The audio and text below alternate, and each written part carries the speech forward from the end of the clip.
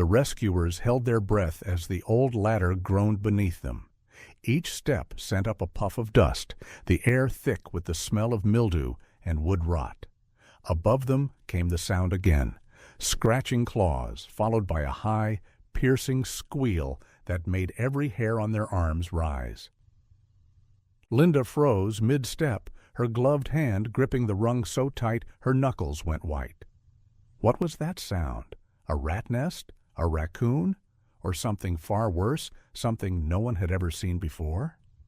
The beam of a flashlight cut through the dark, its circle of light sweeping across broken beams and scattered insulation. Shadows shifted, jerking across the ceiling like ghostly fingers. Then the noise came again, sharper this time. They inched forward, hearts pounding in rhythm with the creaks of the floor. Another rescuer whispered, "It's coming from the corner." Linda nodded, but didn't dare speak. The light steadied, hovering over a pile of torn blankets. Something inside twitched. Her throat tightened. What was hiding up here with them? A starving predator? A deformed creature? Or an animal the world had never named? Then, with a sudden shiver of movement, it pushed upward, and everyone froze. The attic should have felt like routine work. After all, the Antler Ridge Wildlife Sanctuary team had crawled into barns, basements, even storm drains to pull out the weak and the wounded. Since 2008, they had rescued thousands of wild animals. Fawns tangled in fences, raccoons trapped in chimneys, owlets fallen from nests. For Linda De Lorenzo, the sanctuary's founder, this was her life's rhythm. Answer the call, cradle the frightened creature, nurse it back until the wild could claim it again. She had seen so much. She thought she was ready for anything. But this attic felt different. The ladder wobbled as Linda hauled herself higher, the scent of mold and mouse droppings hitting her nose like a sour wave. Dust settled in her throat, heavy, chalky, almost suffocating. Between the squeals, the silence pressed down like a weight. Why was she trembling? Why did every creak in the wood make her chest pound harder? She had faced snarling foxes, screeching hawks, but this felt wrong. "Almost there," a staff member whispered, though their voice cracked like they weren't sure of it themselves. Linda's boot touched the attic floor, her flashlight beam slicing through the gloom. Torn insulation clung to the rafters like cobwebs. A draft whistled through a broken window pane, and then she saw them. A cluster of tiny bodies lay wriggling on a pile of old blankets. At first glance, it was a familiar sight. A litter of squirrels, no more than a few days old, pink and hairless, eyes sealed shut. Relief softened her breath for a moment. Squirrels were common rescues, especially when people cleared out old houses or abandoned barns. They could be bottle-fed, raised until strong, and released. Routine, simple.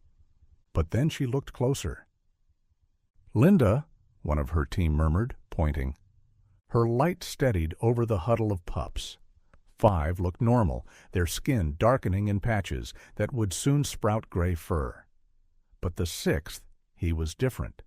His head bore a strange, snow-white tuft, stark against the bare pink flesh. He wriggled slower than the others, weaker but with a stubborn persistence that made him stand out all the more. Linda's stomach tightened. She'd seen albino deer before, birds with missing pigments, but this was something else. Was he sick? Diseased? A mutant? She glanced at her team, and their uneasy faces mirrored her own. Her hand hovered above the litter, not quite touching. She could feel the warmth radiating from the tiny bodies, hear the squeaks that pierced the silence. And yet her focus stayed locked on the pale one. What was he? Could they care for him? Or had they stumbled across something no vet, no biologist, had ever explained? Linda pulled her hand back slowly, her heart pounding. The others looked to her for answers. But for the first time in years, she had none. They carried the litter down from the attic that day, bundled in soft cloth. each pup squealing faintly as if protesting the sudden change of home. Back at the Antler Ridge Wildlife Sanctuary, the team laid them in a heated incubator and began the careful work of feeding and monitoring. At first it was ordinary, the tiny bodies rooting for milk, the frail squeaks, the round bellies filling. Ordinary, except for him, the one with the tuft of white. Every day the staff bent over the incubator, whispering the same question. Why does he look like that? Some shook their heads and said maybe it was nothing, maybe just a birth quirk that would fade. Others weren't so sure. "I've raised 100 squirrels," one caretaker murmured, "but never one with hair like snow." Linda found herself watching the little one more than the rest. He squirmed less, but he held on with a stubbornness that caught her heart. She gave him a name, Filbert, and told herself it was just to track him. But in truth, she couldn't stop staring at him, couldn't stop wondering. Weeks passed. The others began to change, their gray and brown coats coming in thick, as expected. Filbert, though, he stayed pale, not just pale. His fur grew whiter, brighter, until he looked like a ghost beside his siblings. One night, after the feeding shift, Linda sat at her desk with the lamp casting long shadows across her notebook. Her pen scratched against the paper, though her hand trembled. "I can't sleep," she wrote. "What if we've discovered something the world doesn't know exists? What if this little one isn't a squirrel at all, but some hidden creature, some rarity we can't explain?" The next morning, whispers filled the staff room. "Could he be albino?" someone asked. "Or leucistic, just missing pigment?" another suggested. "What if he's sick? What if he doesn't survive?" Every theory was spoken in hushed tones, as though saying the wrong word might break him. And still, every eye turned to Linda, searching for answers she didn't have. The weeks crawled by, and the siblings opened their eyes one by one, blinking into the world with glossy, dark orbs. Filbert didn't. His lids stayed sealed, his tiny body wriggling blindly in the nest. Day after day, Linda leaned close, searching for a twitch, a sign. Nothing. Each morning she woke with a knot in her stomach. What if he never opens them? What if when he does, we see something we're not ready for? Then, one quiet afternoon, as the team gathered around the enclosure, Filbert stirred differently. His lids fluttered, stretched, and finally split open. The room fell silent. The other squirrels' eyes were pools of darkness. Filbert's were not. They caught the light and glowed red. Not bright, not cartoonish, but a soft, uncanny glint of crimson edged with peach and gold, enough to make every breath in the room freeze. Linda felt her throat close. He wasn't just pale. He wasn't just different. He was something else entirely. "Albino," someone whispered, the word heavy with awe and fear. But Linda didn't answer. She couldn't look away. Filbert blinked at her, fragile, helpless, yet carrying a mystery that none of them could yet name. And for the first time since she began this work, Linda wasn't sure if she should feel relieved or afraid. Word spread faster than Linda ever imagined. At first it was just among the staff, whispered in the break room. "Have you seen his eyes? Have you seen the way he looks at you?" Then it leaked beyond the sanctuary gates. A volunteer mentioned him to a friend, a visitor carried home a story, and soon Filbert, the pale squirrel with red eyes, was the subject of town chatter. Not all of it was kind. One morning, as Linda walked through the sanctuary grounds, she overheard two men by the fence. "They're saying it's a mutant," one muttered. "Bad omen," the other replied. "You let something like that live, you're asking for trouble." Her stomach knotted. Bad omen? Filbert was a fragile pup, barely larger than her hand, and yet here were grown men speaking of him like he was a curse. By the end of the week, the whispers reached officials. A county wildlife officer arrived, clipboard in hand, his eyes sharp and calculating as they scanned the enclosure where Filbert played with his siblings. "Unusual case," he said flatly. "Animals like this. Well, sometimes they don't survive long. Sometimes it's kinder not to intervene." Linda's breath caught. "Kinder? He's alive?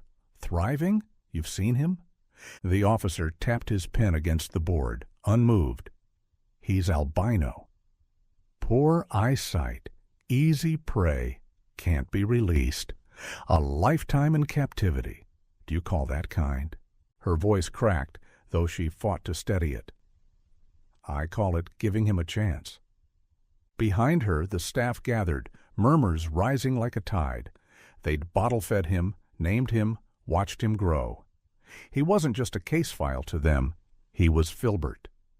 Still, pressure mounted. Some locals began leaving anonymous notes slipped under the sanctuary's gate. "Don't keep the freak."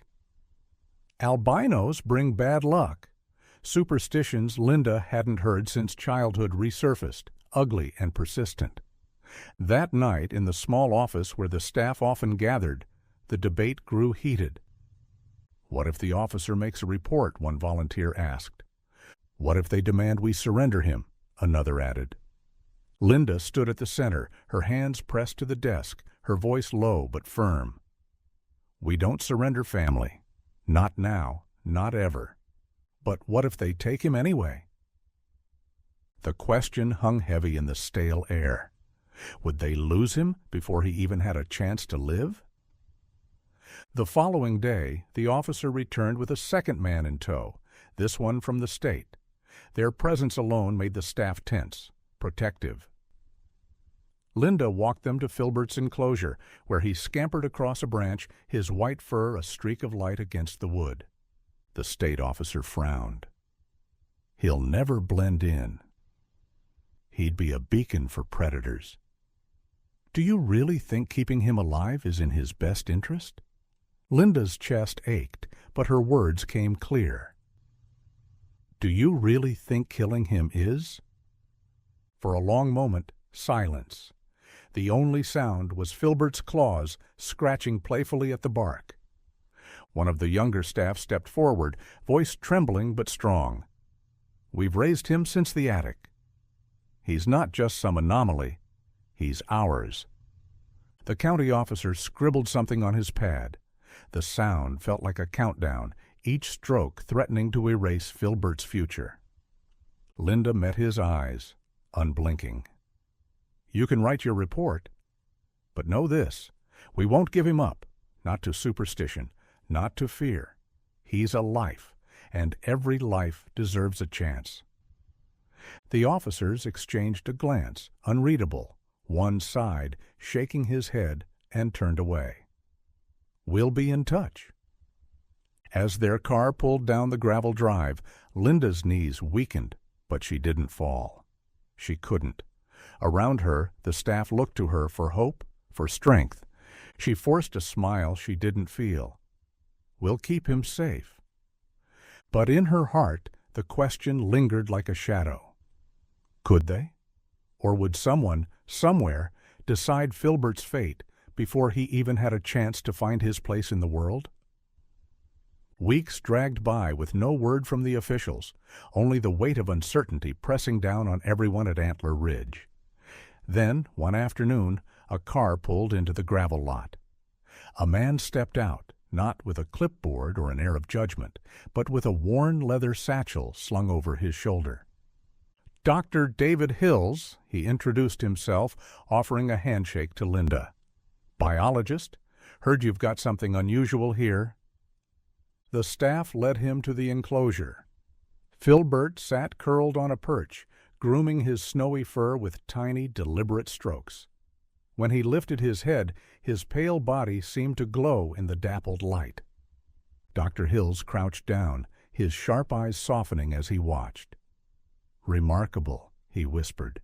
"You don't see this every day." Linda's breath caught. "So, what is he? Sick? Mutant?" The biologist shook his head firmly. "No, he's albino. Pure albino. 1 in every 100,000 gray squirrels, if that, extremely rare. A hush fell over the group. For weeks the word mutant had hovered in the air like poison. To hear it replaced with rare, with extraordinary, felt like a weight lifting. Dr. Hills adjusted his glasses, studying Filbert's crimson-tinged eyes. The albinism explains everything, the fur, the eyes, even his slower reflexes. It also means he won't survive in the wild. Poor eyesight, no camouflage. To predators, he'd be a beacon. He glanced at Linda. Releasing him would be a death sentence. The words sank deep, bittersweet. On one hand, relief. Filbert wasn't a curse, wasn't diseased. On the other, heartbreak. His siblings would know freedom, but he never could. Linda pressed her palm against the glass, watching Filbert twitch his nose, oblivious to the weight of the decision hovering over him. "So we keep him here," she murmured. Dr. Hills nodded. "It's the best outcome. With care, he could live a long, healthy life. And more than that, he'll be a living reminder of nature's wonders, proof that rarity isn't something to fear, but to protect." The staff gathered closer, their faces a mix of awe and sorrow. One volunteer whispered, "He's 1 in 100,000. The word spread like a ripple, reshaping the way they all saw him. Not a freak, not a burden, a miracle. Linda felt her chest tighten. She thought back to the attic, the squeals, the dust, the fear clawing at her throat. Back then, she'd wondered if they were walking into danger, if they'd found something unnatural. Now she knew the truth. They hadn't found a monster. They'd found a treasure. Yet as Filbert leapt clumsily from one branch to another, stumbling in a way his siblings never did, Linda's throat burned with a quiet grief. He would never taste the wild wind or race through treetops under the open sky. His freedom had been stolen by chance, by the color of his fur. But he was alive, and he was theirs. And in that fragile, rare body beat a heart that had already changed them all. Filbert never left the sanctuary. The decision was final, not because the staff wanted to clip his wings, but because they refused to abandon him to a fate he could not survive. And though his siblings eventually scampered back into the wild, 2, Hazel and Macadamia, remained behind, joining Filbert in a spacious enclosure built just for them. The 3 became inseparable. Visitors often laughed as Hazel stole food from Filbert's paws or as Macadamia launched a surprise pounce, sending him tumbling in a blur of white fur. For every stumble, Filbert found his footing again, stubborn as the day Linda first saw him twitch beneath those dusty attic blankets. Around him, the sanctuary staff softened. At first they had whispered in fear, wondering what he was. Now they smiled, calling him their little miracle. They learned a truth many rescuers resist. Sometimes saving an animal doesn't mean setting it free. Sometimes it means keeping it safe, even when that safety comes at the cost of freedom. Linda often returned to that attic in her mind.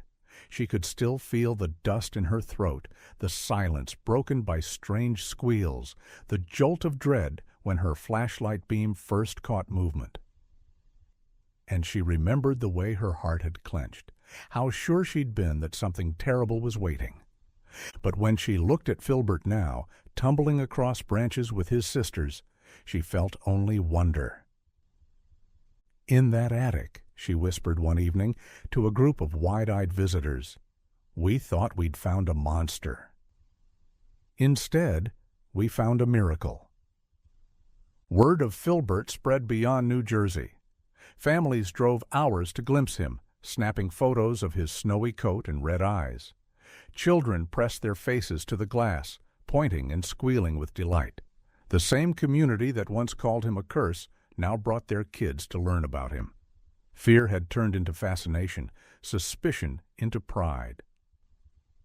And perhaps that was Filbert's greatest gift, not just surviving, but changing the way people looked at difference itself. So now, whenever the sanctuary team hears a late-night call about strange noises in a barn, a shed, or even another attic, they answer with sharper ears and open hearts. Because they know you never truly know what waits in the dark until you shine your light on it. And to everyone watching, Linda leaves a reminder, her voice steady, her eyes soft. Always look twice. That noise in the attic might just change your life.